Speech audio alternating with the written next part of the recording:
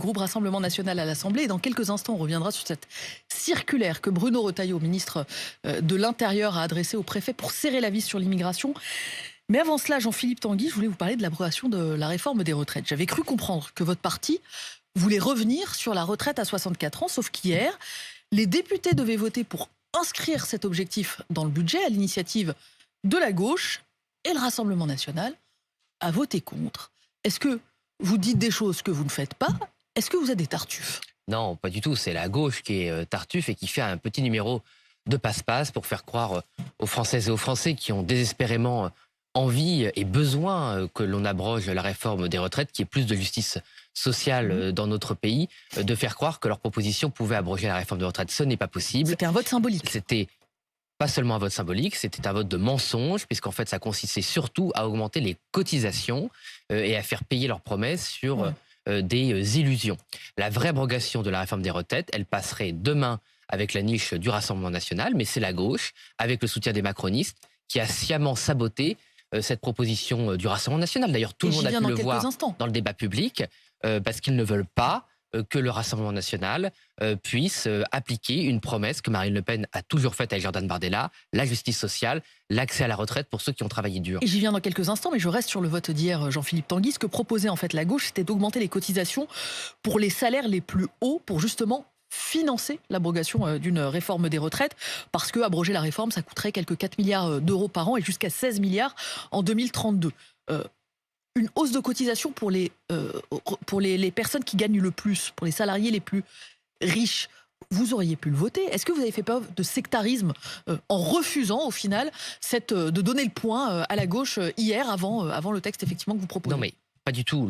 Nous, d'ailleurs, la gauche pas du sectarisme. Non, la gauche avait déjà proposé l'abrogation des retraites dans d'autres niches par le passé. Nous l'avions soutenu. J'avais même à l'époque soutenu en commission des finances Éric Coquerel, qui avait très sévèrement attaqué par les macronistes parce qu'il avait jugé recevable une proposition de loi Lyotte, du groupe président, centriste. La commission des finances de l'Assemblée nationale. Absolument. Et à l'époque, seul le Rassemblement national avait soutenu la gauche pour que ce soit inscrit. Donc on n'a jamais fait preuve d'hypocrisie. L'hypocrisie, c'est de faire croire qu'en taxant quelques plus hauts salaires, on va réussir à financer les retraites. Évidemment, pourquoi techniquement, on ne veut pas pénaliser ces salaires parce que ce sont des gens très mobiles.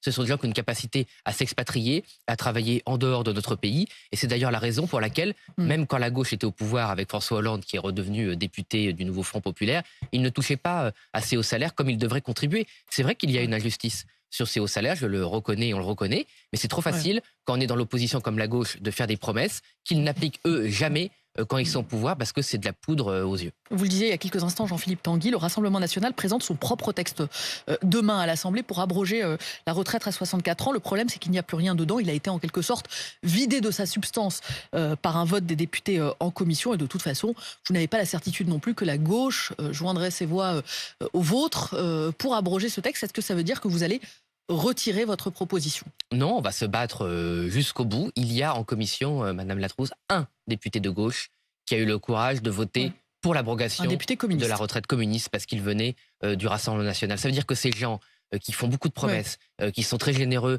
en parole et en blabla, trahissent une fois encore, mais malheureusement ils sont habitués, les salariés, les ouvriers, les femmes qui ont des travaux difficiles, les Françaises et les Français qui sont les plus exposés au risque et à la pénibilité du travail. Eh bien, ils préfèrent faire de la politique, de la petite politique, attendre que ce soit leur texte qui passe pour ne pas voter celle du Rassemblement national. Quand vous dites on va se battre, Jean-Philippe Tanguy, c'est-à-dire que vous croyez encore possible de convaincre la gauche de voter à vos côtés?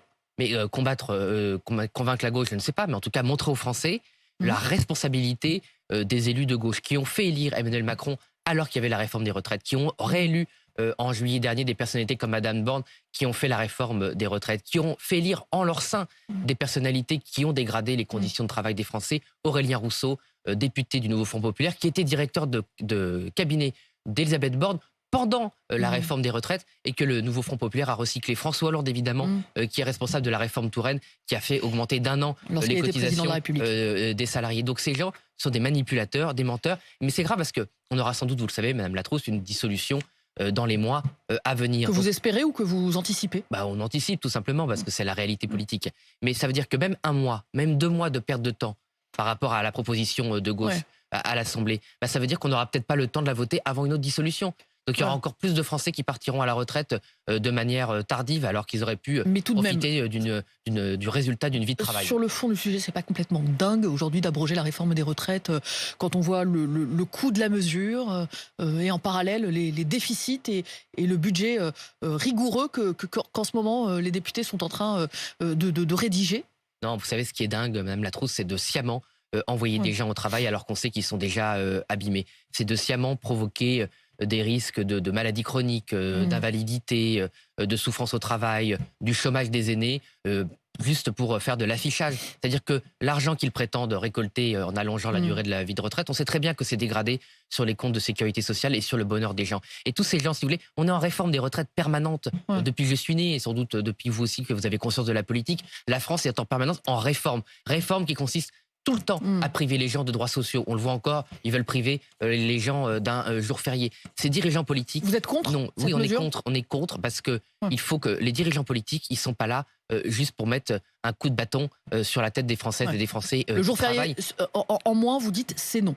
C'est Mais ce c'est que... du pipeau, on l'a déjà fait Ouais. il y a 20 ans, puis on se retrouve avec le même problème.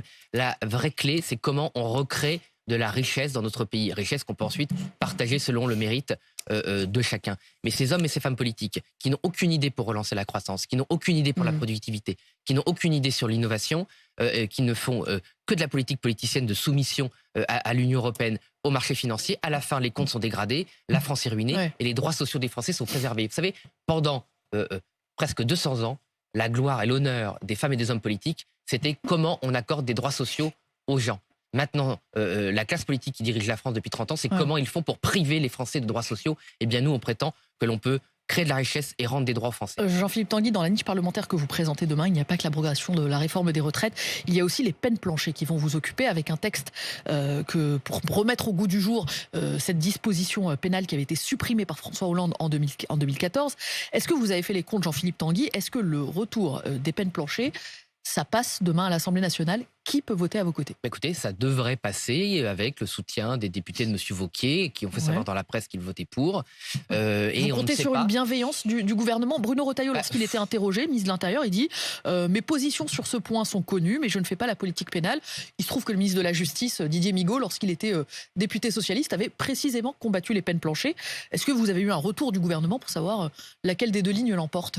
Écoutez, pour le moment, non, ce qui d'ailleurs est un problème de transparence de la vie parlementaire. Bon, Ouais. en commission, les députés macronistes, y compris Horizon, qui avait pourtant proposé une solution similaire, même si Ouais. plus faible, il y a quelques mois, n'ont pas voté notre proposition et n'ont pas soutenu, en tout cas publiquement. Donc ça pose un problème, parce que plus le temps passe, plus sur ce sujet comme tant d'autres, Michel Barnier ressemble de plus en plus à Elisabeth Borne sur le sectarisme, sur le fait de balader les Ouais. Français, sur un budget inefficace, sur le fait de ne pas respecter le Parlement et d'avoir Il y a de quand très même des belles annonces paroles. qui Alors sont des plus faites. belles paroles à droite, Madame Borne, c'est des paroles plutôt à gauche, mais c'est toujours du Il mensonge. y a des annonces, enfin, il y a des actes, même la circulaire de Bruno Retailleau hier au préfet, par Oui. exemple, pour réclamer des résultats, ne régulariser, dit-il, qu'au compte-gouttes, et accélérer les expulsions. Est-ce que là, vous dites bravo, monsieur le ministre? On voit également que lorsqu'il se rend au Maroc, il obtient des paroles plutôt amènes des autorités marocaines pour faciliter les processus de réadmission ou d'expulsion, ça dépend où on se situe, des sans-papiers marocains. Oui, bah, Là, moi, là, vous dites oui. bravo quand même, Non, mais Bruno Retailleau, ça va il y a une plus différence. vite peut-être Nous- qu'avec ses prédécesseurs. On n'est pas pour la politique du pire. Ouais. Donc quand ça va dans le bon sens, quand un ministre de Et l'Intérieur... là, ça va dans le bon sens? Oui, ça, en tout cas, ça ne va pas dans le mauvais sens. Demande Ouais. plus de fermeté, demande l'application de la loi. Évidemment qu'on peut s'en réjouir. Mais vous savez déjà,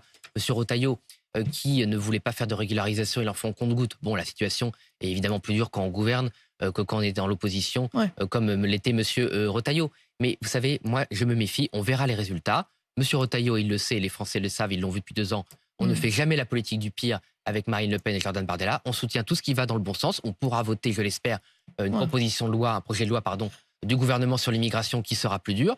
Et quand on se réconcilie avec la grande nation marocaine, ce grand pays ami qu'est le Royaume du Maroc et ce souverain ami de la France qu'est Mohamed VI, eh bien on ne peut que s'en féliciter. Marine Le Pen avait publiquement appelé à une réconciliation avec le Maroc. Et évidemment, quand on a des grands contrats avec le Maroc, quand on a une coopération avec le Maroc, on peut avoir de meilleurs résultats plutôt que de se fâcher avec tout le monde, parce que M. Macron, il faut bien reconnaître, depuis 7 ans, c'était quand même fâché avec la Tunisie, l'Algérie, le Maroc et tous nos alliés africains. Jean-Philippe Tanguy, pourquoi la présence de Yassine Bellatar vous choque tant, d'ailleurs, dans la délégation d'Emmanuel Macron au Maroc? Après tout, il est l'un des visages du lien qui existe entre Paris et Rabat.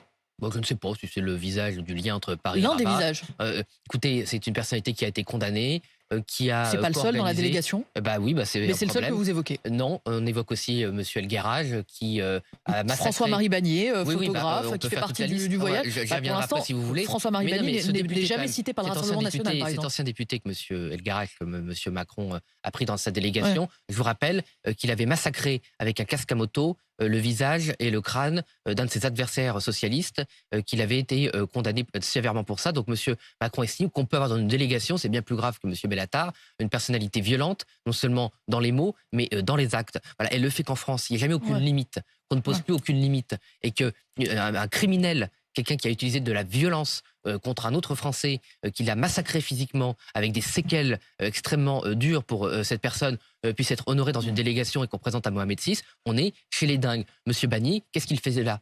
Cette personne a abusé. Ça vous choque des autant années. que M. Bellatar, dont on a Mais bien quand sûr même que ça me beaucoup choque plus autant. entendu parler. Oui, ben c'est parce que M. Bellatar fait aussi beaucoup parler de lui. Hein. Il a fait le tour des médias, ce qu'a pas fait M. Bagné, avec beaucoup de vulgarité pour se prévaloir d'un lien particulier. Et M. Bellatar, il s'est illustré en co-organisant une manif en soutien du CCIF, donc en soutien... Il a co-présenté un gala organisé par le voilà, CCIF et exactement. organisé une Donc, manifestation contre l'islamophobie. Oui, non, une manifestation islamiste, avec des gens qui sont des islamistes, et depuis le Ce dont il CCIF... se défend, c'est-à-dire, je dois le préciser aussi pour des raisons de droit, Jean-Philippe Tanguy. Vous avez sans doute raison de préciser, de faire votre travail, mais je vous rappelle que CCIF n'existe plus en France parce qu'ils ont été convaincus de liens avec l'islamisme et qu'ils ont essayé de se recycler au niveau européen. Il est vrai que la Commission européenne favorise et finance régulièrement des mouvements islamistes, malheureusement avec l'argent des Français, ce qu'on condamne seul au Rassemblement national. Et je précise que Yacine Bellatar, invité de BFM TV hier, se disait très fier en tant que franco-marocain d'avoir fait ce chemin dans un avion floqué aux couleurs de la République française. Ouais, et je il crois n'a pas qu'on l'air aura si fier fait... que ça parce qu'il était habillé en basket et en jogging. Et je crois qu'on aura fait le point sur ce dossier.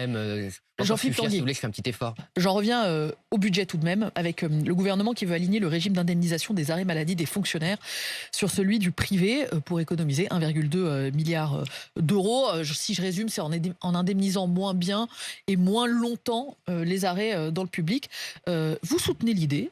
C'est-à-dire que vous êtes d'accord, par exemple, pour que les policiers, les infirmiers, les enseignants, les secrétaires de mairie soient moins bien indemnisés lorsqu'ils sont malades? Mais je comprends votre question. Mais nous, on aspire à gouverner. Alors, on peut faire de la démagogie et promettre tout et n'importe quoi quand on est dans l'opposition pour trahir toutes ces promesses. C'est pas la philosophie de Marine Le Pen et Jordan Bardella. La France fait face à une crise budgétaire extrêmement grave. Vous avez 16 milliards d'euros de non-contrôle des dépenses sur les arrêts maladie.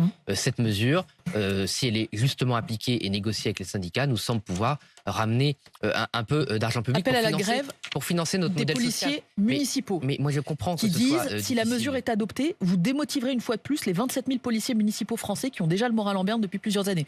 Qu'est-ce que vous leur dites à ces policiers municipaux, vous qui défendez l'ordre, qui défendez précisément ces professions? Désolé, vous aussi, il va falloir faire des efforts. Démotivez-vous.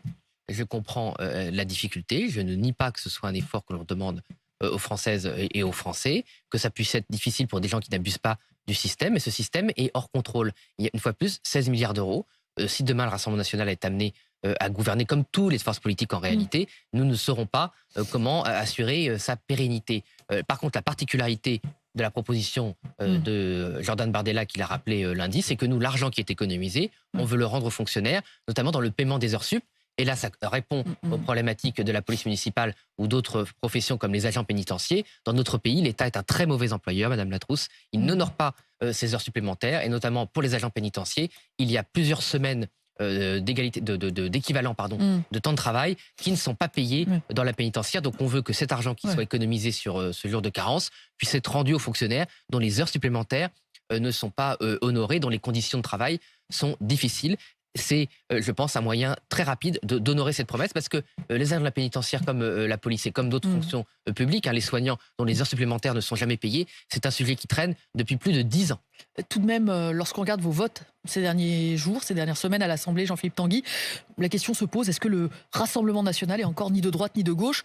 Quand on regarde le détail de tout ce à quoi vous vous êtes opposé, le relèvement du taux du prélèvement forfaitaire unique, la pérennisation d'une contribution sur les hauts revenus, le retour de l'impôt sur la fortune, l'impôt mondial sur les gros patrimoines, pareil pour l'augmentation de la fiscalité sur le siège des entreprises, systématiquement, le Rassemblement national a été contre ces mesures, quand dans le même temps, vous avez voté des mesures plus favorables aux plus aisés, sur les gros héritages ou sur les allègements de cotisations patronales. Par exemple, est-ce que vous êtes devenu un parti et de droite, et oserais-je même dire un parti macroniste, au fond, sur l'économie? Non, mais écoutez, la gauche a beau jeu de faire ça, les macronistes nous accusent Ah bah, exactement là, du les contraire. votes sont clairs, Les macronistes, Jean-Philippe non, Tanguy. non, c'est pas clair du tout, parce que ce que vous appelez un geste pour les cotisations salariales, c'est sur les personnes au SMIC. C'est sur les personnes qui ont, comment dire, qui sont au SMIC et qui donc on a peur que ça détruise, pardon, des dizaines de milliers d'emplois. Donc c'est pas du tout un geste pour les patrons, c'est pour protéger l'emploi des personnes malheureusement peu qualifiées qui sont exposées à la concurrence internationale. On a C'est proposé pour une taxe. augmenter les salaires, Ah, dit mais la attendez, gauche aussi. la gauche refuse systématiquement. Je vais vous donner un exemple. La taxe sur les rachats d'actions. Hein. Il y avait un amendement de Madame Sass qui taxait les rachats d'actions. Députée écologiste. Voilà, Madame écologiste, 1 milliard d'euros. Eh bien, ils ont préféré voter l'amendement de Madame Sass à 1 milliard d'euros que le nôtre qui taxait à 9 milliards d'euros les rachats d'actions parce que ce sont des pratiques spéculatives. Les taxes sur la surdividende, 750 millions d'euros. Ils ont refusé de voter notre Vous taxe défendez d'être devenu de droite sur les et de droite. Nous sommes toujours marinistes, gaullistes et nous défendons Sauf que Marine Le Pen avait l'intérêt critiqué la général. suppression, par exemple, de l'impôt sur la fortune. Elle avait Mais on a critiqué proposé, aussi la flat tax. Elle avait dit ça engendre les gilets jaunes, c'est des Madame cadeaux la aux plus Trotte, j'ai aisés. demandé une suspension de séance pour négocier le rétablissement d'un impôt sur la fortune. La gauche a refusé de négocier avec moi. J'ai pris mon risque politique. J'ai dit publiquement que j'étais prêt à négocier avec des gens qui nous insultent pour l'intérêt des Françaises et des Français. Ils ont refusé de négocier. Ils voulaient leur impôt Mais en et pas un proposant autre. là aussi une Ils mesure voulaient leur impôt et leur pour les et aucun autre. propriétaires Ils sont dans la politique du pire. d'un systématiquement. patrimoine immobilier au-delà de 2,6 millions d'euros. C'est ce que vous dit la gauche. Ce que vous avez proposé, ça allait encore dans le sens des plus riches. Mais nous considérons que ceux qui investissent dans notre pays doivent être récompensés. Nous, on n'est pas pour punir les riches. On ne considère pas qu'avoir réussi ou être riche est une maladie ou qu'il faut les punir. Il faut récompenser les comportements patriotes, les comportements d'investissement. Donc effectivement, ceux qui investissent dans notre pays doivent être protégés. Par contre, on a un impôt sur la fortune financière de 7 milliards d'euros, donc je ne pense pas que ce soit une paille, qui pénalisait les comportements spéculatifs et l'enrichissement sur le dos des Français. La gauche n'a pas voulu le voter. La gauche a inventé une espèce de machin qu'ils appellent un impôt sur la fortune climatique. Donc en fait, ils essaient de mélanger les causes, de raconter n'importe quoi. Je ne vois pas en quoi imposer ceux qui ont une maison, une résidence principale à l'île de Ré, va pouvoir changer le climat. Ça, c'est les vaines promesses de la gauche. Mais on sait comment ça finit. Hein. Ça commence avec Che Guevara, ça finit avec François Hollande sur son scooter. Jean-Philippe Tanguy, est-ce que vous savez quel est le point commun entre Jordan Bardella et Bilal Hassani? Ah non, là, vous allez me poser une colle. Eh ben, les deux ont été privés de publicité par la régie publicitaire de la SNCF. Jordan Bardella pour son livre. Bilal Hassani, c'est lorsqu'il faisait la couverture d'un magazine où il était grimé en idole chrétienne. Franchement, est-ce qu'il n'en fait pas mal trop à suivre le rapport, un peu Dans les deux cas, la régie de la SNCF a considéré que c'était une expression de nature politique, religieuse, et que cela contrevenait aux conditions générales de sa régie. Mais ce que je veux dire par là, c'est que dans les faits, Jordan Bardella n'est pas le premier à se voir refuser une publicité dans les gares. Il n'en fait pas trop sur le thème de la censure, de la victimisation. Quand on regarde, franchement, les exemples sont légion. Mais écoutez, c'est une opération, vous avez posé la question inverse à d'autres, hein, les exemples sont légion. Il y a déjà eu des livres politiques, Monsieur le Maire, fut un temps Monsieur Sarkozy. C'était exactement plus une biographie pour Monsieur Sarkozy. Une campagne de Greenpeace a été interdite sur les panneaux de gare. Mais je ne sais pas ce que disait le message de Greenpeace. C'était un message frontalement politique. Le fait que Jordan Bardella mette sa photo avec le titre de son ouvrage n'est pas un message politique en soi. Ou considérer que toute biographie est un message politique. Ce qui est vrai, c'est qu'il y a eu une opération des syndicats d'extrême gauche qui ont voulu bloquer la campagne de Jordan Bardella, qui hier à l'Assemblée d'ailleurs, un député d'extrême gauche que je connais malheureusement bien puisqu'il a battu Nicolas Dupont-Aignan à cause de la droite et des macronistes qui ont préféré faire élire un syndicaliste d'extrême gauche plutôt que de ne pas faire battre Nicolas Dupont-Aignan. C'est félicité publiquement du fait qu'ils avaient réussi à interdire la campagne de Jordan Bardella. Donc je veux bien qu'on soit paranoïaque, mais visiblement, la gauche en a fait un combat et avec la faiblesse de la SNCF, ils l'ont gagné. Bon, de toute façon, on connaît malheureusement la faiblesse de la SNCF avec ce genre de personnalité. Juste d'un mot, Jean-Philippe Tanguy, et vous allez me dire peut-être que j'ai mauvais esprit, mais est-ce que ce livre, c'est pour mettre en orbite un éventuel candidat de substitution si Marine Le Pen venait à être condamnée pour inéligibilité dans le procès qu'elle affronte en ce moment? C'est pour mettre sur orbite Jordan Bardella? Condamnée pour inéligibilité, Marine Le Pen est innocente de tout ce qu'on lui reproche. Je n'ai aucun doute sur ce sujet. C'est pas la campagne de Jordan Bardella qui se prépare. Jordan Bardella est déjà en orbite et c'est Marine Le Pen, je crois, il le reconnaît lui-même, qui l'a mis en orbite parce qu'elle a confiance dans les talents, elle a confiance dans le mérite, elle n'a pas peur de personnalités qui peuvent affirmer une identité forte, qui peuvent convaincre les gens. Elle se sait suffisamment forte et populaire pour affronter à la fois un procès injuste, un budget qui nous appelle à la responsabilité, tout en répondant aux aspirations des Français. Donc Jordan Bardella est déjà en orbite, c'est la deuxième ou première personnalité politique des Français. Ce livre permet de nouer un lien différent avec nos compatriotes et j'espère qu'il aura le succès qu'il mérite.